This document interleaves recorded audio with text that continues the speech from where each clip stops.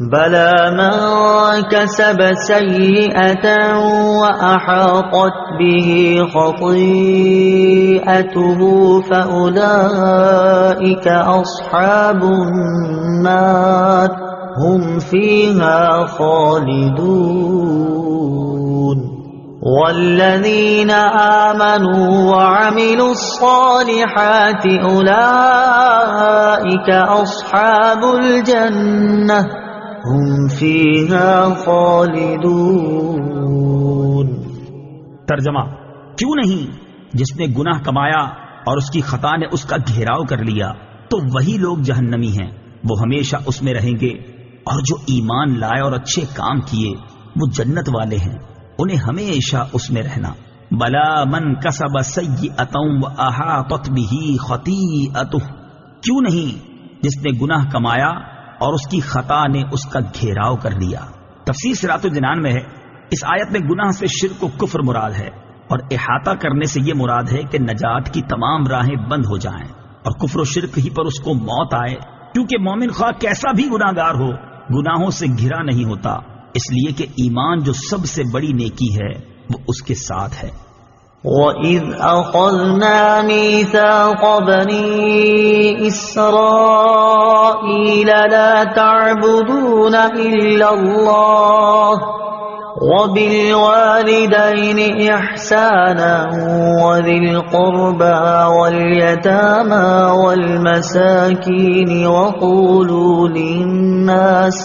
وَقُولُوا لِلنَّاسِ حُسْنًا وَأَقِيمُوا الصَّلَاةَ وَآتُوا الزَّكَاةَ ثُمَّ تَوَلَّيْتُمْ إِلَّا قَلِيلًا مِنكُمْ وَأَنتُمْ مُعْرِضُونَ۔ ترجمہ، اور یاد کرو جب ہم نے بنی اسرائیل سے عہد لیا کہ اللہ کے سوا کسی کی عبادت نہ کرو، اور ماں باپ کے ساتھ بھلائی کرو، اور رشتہ داروں، یتیموں اور مسکینوں کے ساتھ اچھا سلوک کرو، اور لوگوں سے اچھی بات کہو، اور نماز قائم رکھو اور زکوٰۃ دو، لیکن پھر تم میں سے چند آدمیوں کے علاوہ سب پھر گئے، اور تم ویسے ہی اللہ کے احکام سے منہ موڑنے والے ہو۔ وَإِذْ أَخَذْنَا مِيثَاقَ بَنِي إِسْرَائِيلَ، اور یاد کرو جب ہم نے بنی اسرائیل سے عہد لیا۔ تفسیر صراط الجنان میں ہے، یعنی اے یہودیوں وہ وقت یاد کرو جب ہم نے بنی اسرائیل سے تورات میں یہ عہد لیا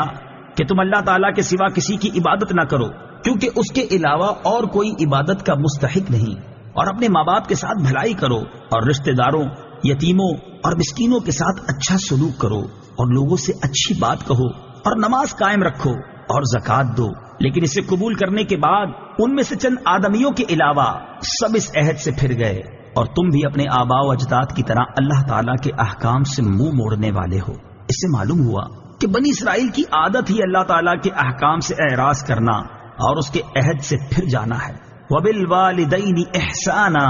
اور والدین کے ساتھ بھلائی کرو۔ تفسیر صراط الجنان میں ہے، اللہ تعالیٰ نے اپنی عبادت کا حکم فرمانے کے بعد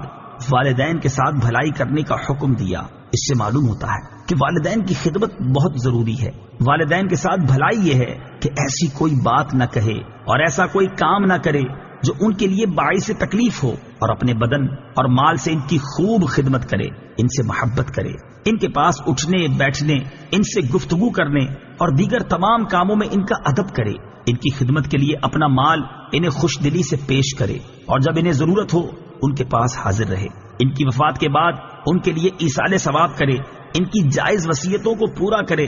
ان کے اچھے تعلقات کو قائم رکھے۔ والدین کے ساتھ بھلائی کرنے میں یہ بھی داخل ہے کہ اگر وہ گناہوں کے عادی ہوں یا کسی بد مذہبی میں گرفتار ہوں تو ان کو نرمی کے ساتھ اصلاح و تقوی اور صحیح عقائد کی طرف لانے کی کوشش کرتا رہے۔